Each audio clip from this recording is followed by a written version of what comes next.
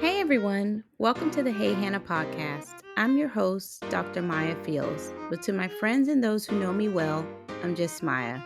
I'm a higher education administrator, a mother, and a wife of 14 amazing years. But above all, I'm a Christ follower. This podcast is a special platform created to honor the memory of my beloved daughter, Hannah. It's here that I have the chance to have the conversations that I never got to have with her, to share the wisdom and love I wish I could have passed on. It's a reminder to cherish the precious moments we're given and a testament to the power of healing, hope, and personal growth. If you're someone who's seeking personal growth, inspiration, and practical advice to build a solid foundation for a successful and fulfilling life, this is the place for you. Join me as we honor Hannah's memory together. Laugh, cry, and learn. Get ready for a podcast that is so much more than you could ever imagine. The Hey Hannah podcast, healing hearts, one conversation at a time.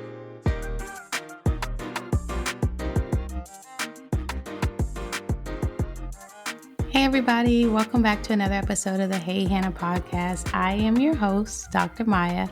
I am so excited that I get another opportunity to be with you all and share another episode. I hope that you've been doing well. I can't believe that we are getting through the year so fast. It seems like time is just flying, as it always does, and I'm sure you all are just as busy as I am, ripping and running every which way with all the different things going on.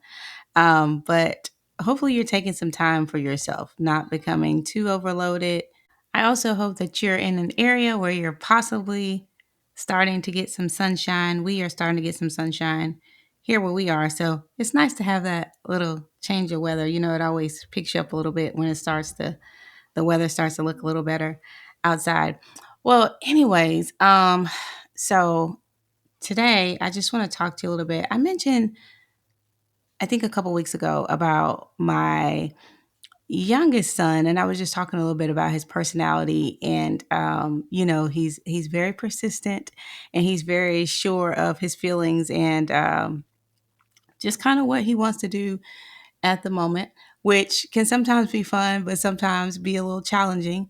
And so last week I had a really busy day, and a ton of meetings back to back. And right before I go into like this really important meeting, I get a phone call from his teacher, and she, can you come and talk to him? He's having a rough day. He's, very set on not doing certain things. And, he just said he's not interested in doing it. Like, okay. And so it's right before a meeting. So I don't really have a lot of time to dig into the details. I'm like, can I call you? Can I head up there as soon as this meeting's over? So I go to the meeting. And of course, the entire time, all I'm thinking about is like, Lord, I make it up there, talk to the teacher, we talk things out. And so I just decided to go ahead and take him home with me so we can have a chat and just kind of figure out like what is going on. Can we please get on the same page? And I just remember as I'm driving home, there's that bit of frustration because anytime, you have a little bit of a kink or a hiccup in your day, it's easy to get that frustration to come along because you just want things to always go smooth. And I just remember hearing, you are anointed for the kids that you have. And so that's what we're talking about tonight. I just want to share that with you, that reminder, and let you know that you are anointed for the kids that you have. You have everything that you need to parent, to rear, to raise the children that you have. And so I hope what that does, first of all, for you is alleviate the doubt. I know sometimes we can get in a place, especially, and not to make light of it. I mean, I know that's a very small situation, but my child is 5. Some of you have older children, adult children who you are parenting through really tough issues.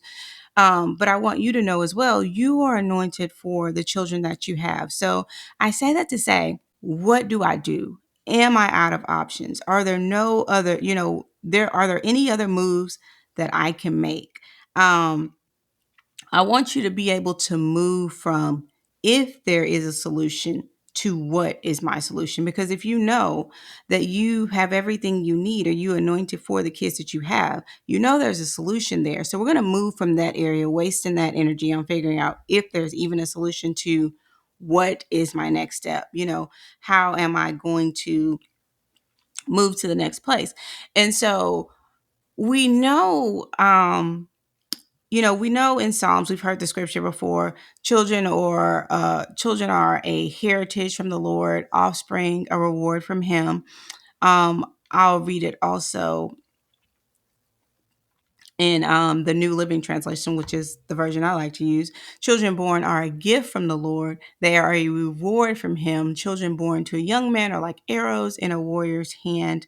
How joyful is the man whose quiver is full of them. He will not be put to shame when he confronts his accusers at the city gates. So there's a lot to break down in there. But the first thing is, I want to use that scripture to reassure you, like, when God gives you these gifts of children, he's giving them to you, with the full intention of you being able to rear them in the right direction. But this is the thing, it will require work.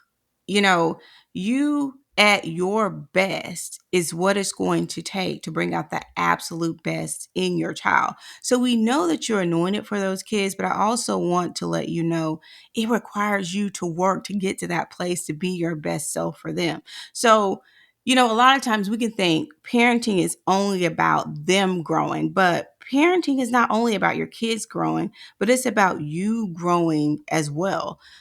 I've talked about so many times on the platform, any living thing should be growing. So we know that growth should be taking place, not only for you as an individual, but of course for you as a parent. We slide over to Proverbs 4, and it tells us, get wisdom, develop good judgment. Don't forget my words or turn away from them. You are continuously chasing wisdom, chasing knowledge. So this is the same thing you want to dig into as a parent. You want to be able to do the work to parent your child effectively. So, and another scripture just to jump into that really supports that growth over in Ephesians 4. Instead, speaking the truth in love, we will grow to become in every aspect the mature body of him who is the head, that is the Christ. That is Christ. I'm sorry. So again, we're continuing to seek that growth, even in parenting, growing to become a more mature parent. They always say like grandparents have figured it out. Obviously, they're, the best parents. And a lot of that comes from they have a lot of experience. They've already done it before. But if you ever have a chance to sit with someone who has that type of experience, I'm sure they can tell you about all kinds of things as a younger parent that they figured out later on. Like, I wish I would have done things differently or done them, this way versus the way that I did. And that's a part of maturing, that growth that you're seeking. You continue to mature and figure out there's other ways to work things out.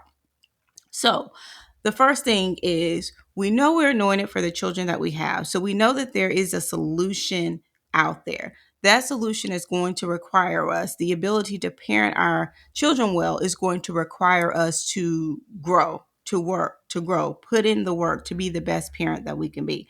So what I want to do is equip you with 3 tips to help you grow, to be that best parent for your child. Now, this is not everything. I'm not packing everything in one box for you, but these are 3 things that are really going to help you.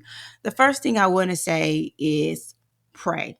We're still in Ephesians, so let's jump over to Ephesians 6. It says, pray always with all prayer, each and every occasion. So, I don't know if any of you ever dig into the different translations of scripture, but it's a good practice to get into, especially when you're seeking to understand um, scripture more. But another thing is, we know that the Bible has been translated Greek, Hebrew, and then we get it to the language that we speak, which here is English, but wherever you are, maybe something else. But if you break down Ephesians, pray always, always in the Greek, when you unpack that, it refers to each and every occasion, meaning every single thing we should be praying about. So, even on the smaller scale, if you're praying, you're in the parking lot trying to find a parking spot, pray for the parking spot, or on the larger scale, you're praying for the issues that are really affecting your life. I like to joke all the time. I've mentioned to you all, I love going to Target. Absolutely love going to Target. If I could go there 3 or 4 times a week, I would. But, I say when I go to Target, I don't have a list. I just go in Target and I have the Lord order my steps, and I end up with a basket full of stuff that I do not need, but on a much smaller scale, obviously, it's just praying about each and every occasion, praying about each and everything. And then it also says on the other end of that scripture, with all prayer. So we know that there's different types of prayer. So strengthening your prayer life is going to allow you to unpack the type of prayer that you need to help you grow as a parent and apply that to your particular situation. So there's prayer of agreement. That's when you call someone, hey, can you pray for me? Or you ask someone, at church, you go up in the altar call line or whatever it is, and you're asking someone to pray with you. They are coming into agreement with you on what it is that you are speaking to God about. There's prayer and faith. When you are just wanting something to happen, you're able to pray those prayers of faith to the Lord for whatever it is in your particular situation. But the thing is, you want to be able to grow in your prayer life. So we shouldn't just start with you'll start with the beginning prayers. We have I mentioned before, our boys, we're teaching them to pray. And right now we have like the kindergarten and the first grade prayers. And typically, my youngest, who's in preschool, his prayer is pretty cute right now. He says, Lord, thank you for mommy. Thank you for daddy. Thank you for Haven. And thank you for me. So I always laugh at the end when he says that. He doesn't forget to put that part in there. Thank you for me. But, your prayers should be growing beyond that point of, God is grace or whatever it is. We should get to a point where we are digging into all the types of prayers, because you need the different types of prayers at different times. And we want to get to a point where we are praying in each and every occasion, praying all the time, staying connected with God in conversation. We really try to dig into this with our children, and we're seeing the growth for their prayer life. Even at such a young age, we're definitely seeing the growth where they grow from just praying from, one or two things until you start to hear them, realize that they can go to God with other concerns, other things that they have. And it's such a blessing for us as parents to be able to witness their prayer life grow. I do want to encourage you as a parent to spend time helping your kids to grow their prayer life.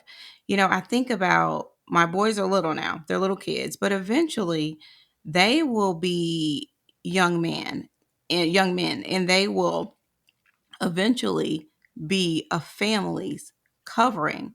They will be leading a home.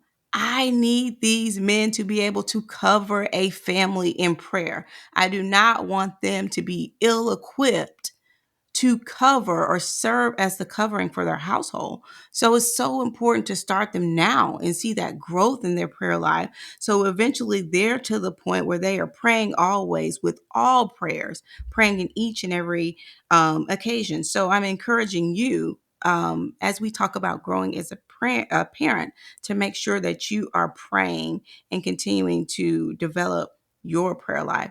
The second thing I want to say is to be patient. Patience, sometimes that can be a very hard one, but it's something that we all should be working towards all the time, because it makes us more like Christ. It was, a while ago, prayer was considered to be one of the most important virtues.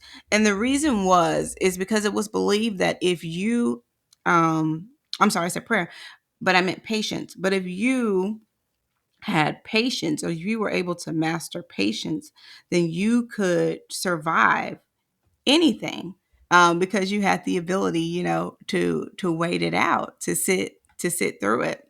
And so James 1 tells us, consider it pure joy, my brothers and sisters, wherever you face trials of many kinds, because you know that the testing of your faith produces perseverance. Let perseverance finish its work so that you may be mature and complete, not lacking anything. So again, we're going back to, we see the growth is supposed to be happening, but I also want to point out patience in here, the ability to be steadfast, unwavering, rooted, consistent. So even when you're not seeing, the behavior or the results you like to see with your child, we know that you are capable. So now we are working on patience, being steadfast, being unwavering, being rooted, being consistent. And I'm not going to give up on this child. I'm going to find a solution. I'm going to figure out a way um, to get to a positive result. And then the third thing I will say is please rely on your community. God intended for us to work together. He didn't intend for us to just be out here and go it alone. Romans 12, for by grace given to me, I say everyone among you not to think of himself more highly than he ought to think, but to think with sober judgment, each according to the measure of faith that God has assigned. So, a couple things I want to look at here. We know that God gives each and every one of us gifts. We all don't have the same gifts, which is wonderful. It's a beautiful thing. We all are gifted in different areas. But when you look into the scripture and it's talking about not to think of himself more highly than he ought to think, I want you to relate it to not thinking of yourself as a person who I can handle all things 100%. I have all the skills, everything in my hand. I don't need to partner with anyone to make things happen. That is not the case. We need other people. So I want to encourage you to rely on your community. Let me put this little side note. Please make sure that you are not a person that's contributing to the anxiousness that can come from someone who's feeling like, I really don't want to rely on my community because I feel like I'm going to get negative feedback or whatever it is. And I'll tell you a few examples. It's kind of like, people will say, oh, well, if I was a parent, or, they see kids acting up, and if that was my kids, I would do X, Y, and Z. No, you wouldn't, because, everybody has a plan until they get punched in the face. So, I want to encourage all of us to make sure that we are lending and helping hand and being supportive of other people in the community, even if they are going through particular struggles that we feel like we would handle differently. Because let me tell you this, they may be struggling with parenting or behavior or whatever it is at the moment, and you feel like, I got that all in the bag, and if this was my kid, I would do X, Y, Z. Well, wonderful for you. But you may have the grace to handle that situation, but I guarantee you that that person you're looking at has the grace to handle another situation that you are lacking in. So please give them at that moment, or just, period. Give them the grace to work through that situation the absolute best that they can. All right. So coming back to point number 3, relying on your community. Because yes, God did intend for us to work together, to partner together, to be in relationship with each other. So what does that look like? Asking for help. If it's asking for help in social media groups, maybe it's, I'm trying to potty train my kid. I'm on my last leg. We went through all the pull-ups. I don't have any more sheets. What worked for you? That type of thing. Don't be afraid to ask for help. You don't have to appear that you always have all the solutions, because we know that's not true. Rely on your community around you and get the help that you need. And it also, when you do that, acknowledges areas that others are in that they are doing well in. Because again, we all need each other. So you find someone who's doing well in that area, ask them what they did. You don't have to make all the mistakes yourself, but ask for that help and get those solutions so you can work on moving on to the next thing, because we know that parenting comes with new things all the time. Another way that you can rely on your community is conferences, parenting conferences. They're happening all the time, whether it's your local churches, online, different community centers like the YMCA, or whatever other type of community center you have in your area. Jump into parenting conferences, read different books. There's a ton of books out there. I recommend books all the time, but there's books every which way about, parenting, discipline, communication, whatever it is you're looking to work on. Read different books to get the information that you need.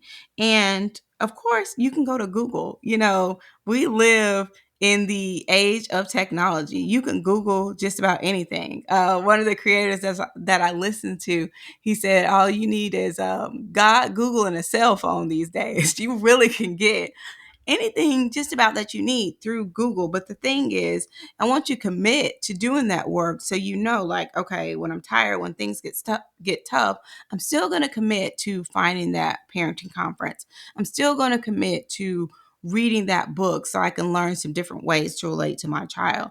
I'm still going to commit to, I tried this way, it didn't really work, but I'm going to commit to going to Google and see if I can find some other resources out there that are going to be beneficial to me.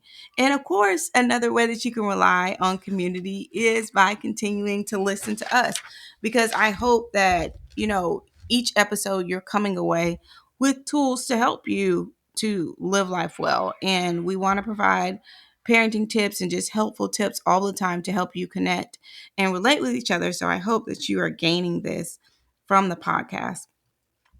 Overall, I want you to stay encouraged. I know sometimes it can be discouraging.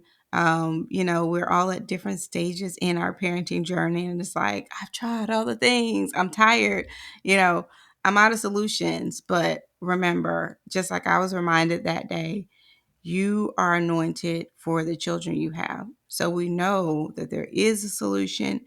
It's just a matter of finding the solution. So I want to leave you with this. One of my favorite gospel songs, it says, we've been praying, we've been sowing. Now we're crying for heaven to send the rain. I want you to keep praying. I want you to keep planting those seeds, pouring into your child. And I do wholeheartedly believe that God will send the rain. He will send the increase. He will send the growth, and he will send the fruit to blossom in that relationship for you, because he already tells us that the children are a gift, and what a wonderful inheritance they are to us. So I pray that you've been blessed by this episode. Each and every week we strive to bring you content that's going to be beneficial. So I hope that this helps you. I hope that this encourages you. We will be here the same time, the same place next week. Don't forget that you can follow us on social media. We are on Facebook, we are on Instagram, and we are on TikTok. And we always like to keep the conversation going on there. So make sure you connect with us on those social media platforms. Thank you again for listening. And until next time, take care. And that's it. I'm out of here.